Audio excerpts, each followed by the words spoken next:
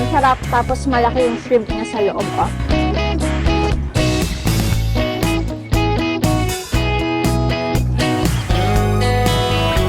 Ayan siya guys. Dito sa Korea, napakabilis lumamig ng pagkain. Kaya kung gutom kayo, makakain nyo na kagad yung pagkain nyo. Kasi ang bilis lumamig. Hindi katulad sa Pilipinas. Okay. Mukhang masarap ito ah. Kaya may paglalapit.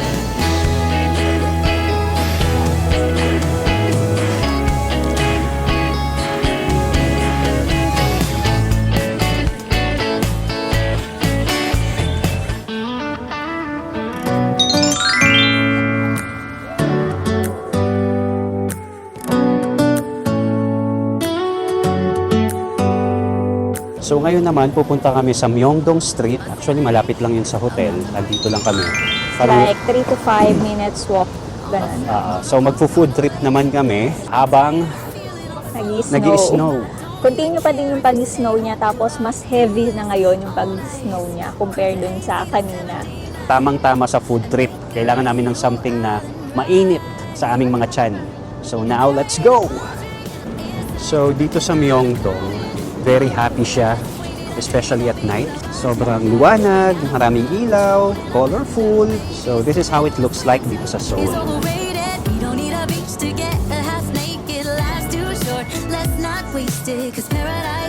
Lamig.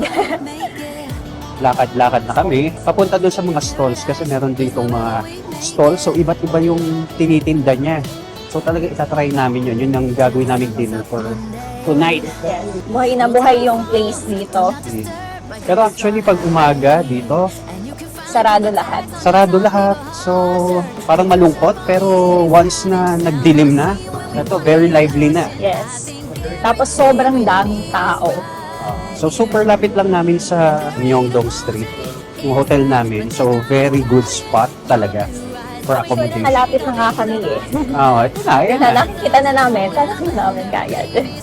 So, papakita ko sa inyo. We don't need a beach to get a half naked. Life's too short. Let's not waste it. 'Cause paradise is wherever we make it. Paradise is wherever we make it. So, ito Ito na guys. guys, yung sinasabi namin na isang diretso siya na puro pagkain. Sobrang daming tao. Ayan siya guys. So, different stalls at iba-iba yung mga binibenta nila. So, makakapag-decide ka talaga kung ano. Kasi hindi ulit-ulit unlike sa atin na parehas yung tinitinda. I got a fifth of Patron and a blender. Baby, slipping on a swimsuit is overrated. We don't need a beach to get a half naked. Life's too short. Let's not waste it. 'Cause paradise is wherever we make it. Paradise is wherever we make it. Paradise is wherever we make it. So, try tayo ng kakaiba dito sa 7-Eleven. Tatry natin to kasi sikat daw to sa Korea, di ba? Mag-strawberry ako. Sige, tapos strawberry ka. Ito banana eh. Banana flavor. So, ito strawberry. Pakita mo. We'll try this one. Mochi, tapos yung mga milk. Magkano siya? Here. 3,600. Thank you. Thank you.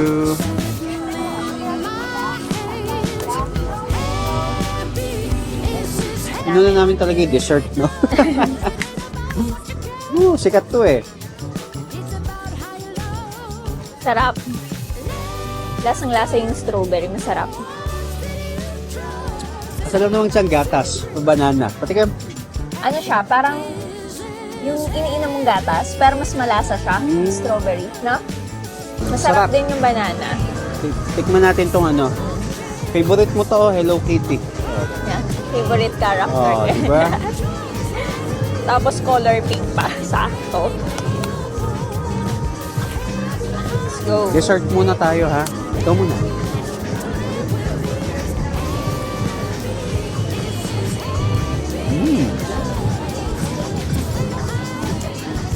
Masarap. Sarap yung feeling na. Walang something mochi. Para siyang ice cream. Parang ice cream yung shrimp. Tapos Sarap ang na. soft nung Saka bread. malamig. Oo. Malamig Tapos siya. cold. Sarap. Bubusog na ako dito ah. Sarap. Actually, mura lang siya, no? Tapos 37. mabubusog ka na kasi 5 pieces siya. Sarap. Wala siya. Tapos ganito siya kalaki. So 7-Eleven namin itong pala binili ha. Ang dami niyang laman sa loob. Hindi tinipid. Okay. Unang kain. Okay. Tapos ang heavy, parang mabubusog ka na kagad dito. No? Kasi ano eh, tinapay.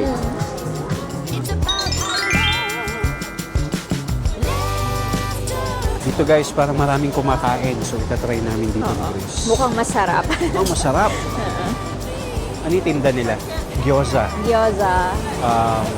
Tteokbokki, fish cake. Tteokbokki, yeah, fish cake.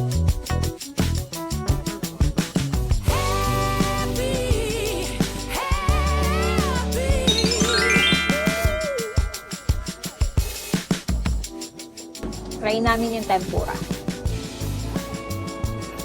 Sarap. Sarap ba? Masarap, tapos malaki yung shrimp niya sa loob, oh. Maliit lang yung breadings niya.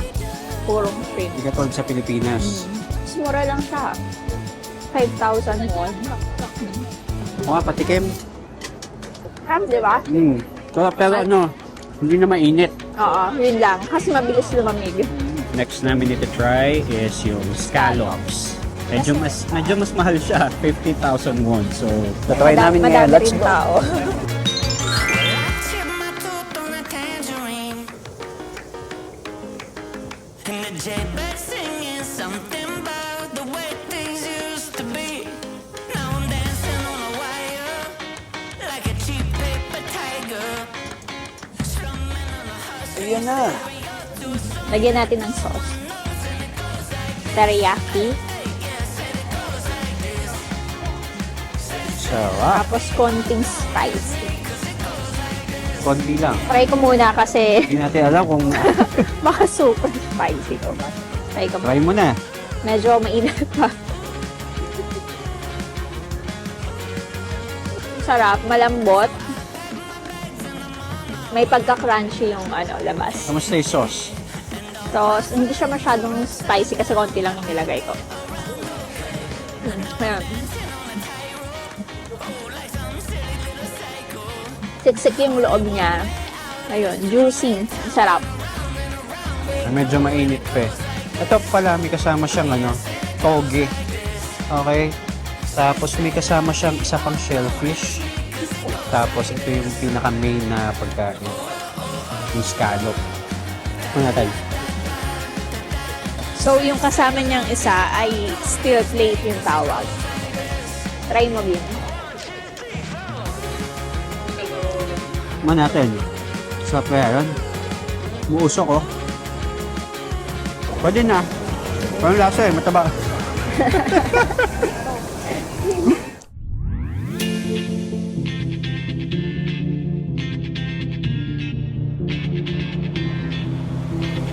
One more dance and I might just fall in love. I know the DJ and I love this song. Me and you and the night feels so young. Every single moment has led up to this one. Whoa, deepest dark. Titikman natin. Cheese chicken skewers for 7,000 Korean won. Yan mukhang masarap, di ba? Sarap. Mahilig kasi ako sa cheese. Gusto ko lang yung cheese. Init pa. Dito sa Korea, napakabilis lumamig ng pagkain. Kaya kung gutom kayo, makakain nyo na kagad yung pagkain nyo. Kasi ang bilis lumamig, hindi katulad sa Pilipinas. So, 7-Eleven, Part 2. Anong bibilin mo? Ramen. Basta ako Coke Zero lang. Grabe, lalaki ng fruits. Ito, parang masarap to. Di ba sikat to? Mango bar. Okay. Mukhang masarap to Kaya man maglalaki. Si Grace naman daw ay magra-ramen. Yan na yan? Tapos cookie.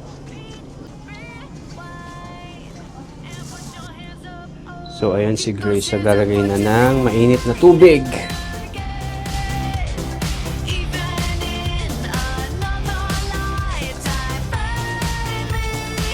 Sumakit sa tiyan mo, no? Sa sobrang anghang.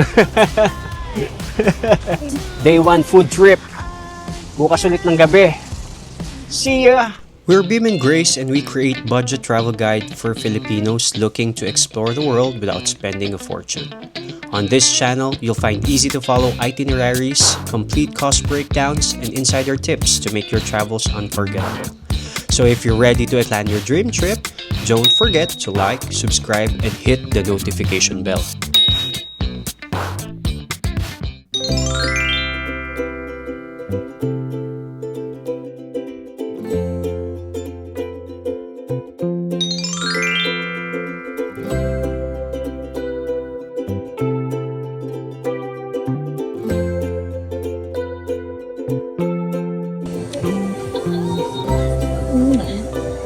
Ano lasa? Para lang siyang yung sausage na kinain natin last time. Tapos, spicy lang siya. Tapos, medyo may pagka-barbecue yung flavor. Sarap. Tapos, mainit pa siya.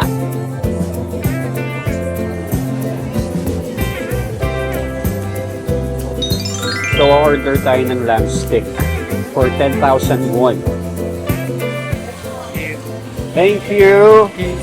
So, is there a sauce? So, yeah.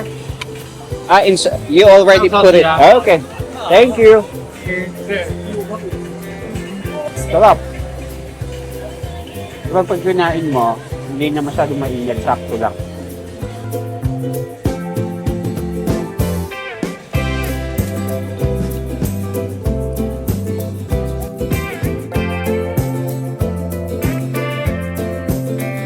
Next naman namin kakainin ay Fish cake. fish cake. Here's the fish cake. Let's try. Kano? For 2,000 won.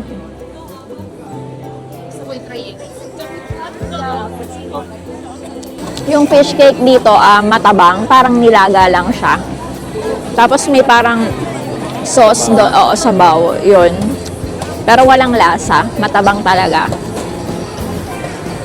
Pero makikita nyo 3 yung layer niya. Makapal. So, pwede na.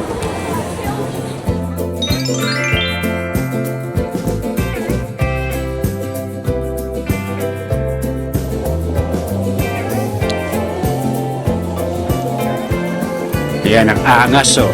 May apoy-apoy pa, oh. Ito yung strawberry ice cream. Itatry namin. Ito daw yung best seller nila. So, ayun. Kanina, tinignan nyo, parang may inapuyan.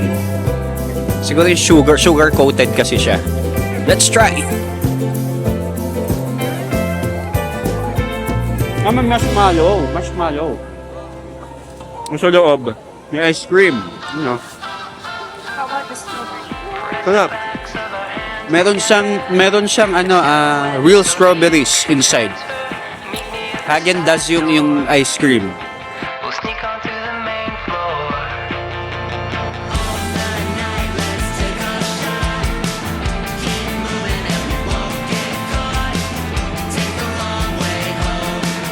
Dahil si Grace nagke-crave ng octopus. So we will try this. Mukhang sarap. Bango. 1 spicy. How much is that? 10,000.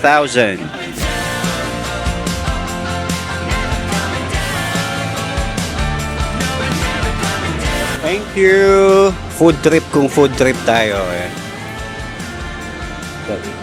Sarap! Sarap na malambot. Malambot, di maganit. Tapos spicy. Sarap.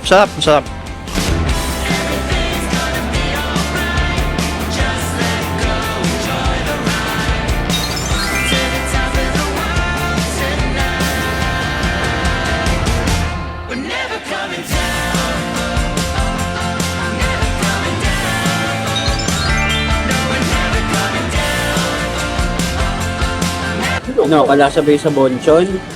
Hindi. Kasi ito, may pagka-sweet pero mas lamang yung alat niya. Yung sa bonchon kasi more on sweet eh. Pero yung mga vegetable niya ay crunchy. Tapos, even yung parang, ano nito? Tainga ng daga, gano'n. Masarap, crunchy. Pwede na. So guys, if you want to know more about our Seoul, South Korea trip, please like and subscribe to our channel. For questions, you may comment here in our video at sasagutin namin as soon as we can in order to help you in case you really want to visit Seoul one time. So see you again on our next video. Bye-bye!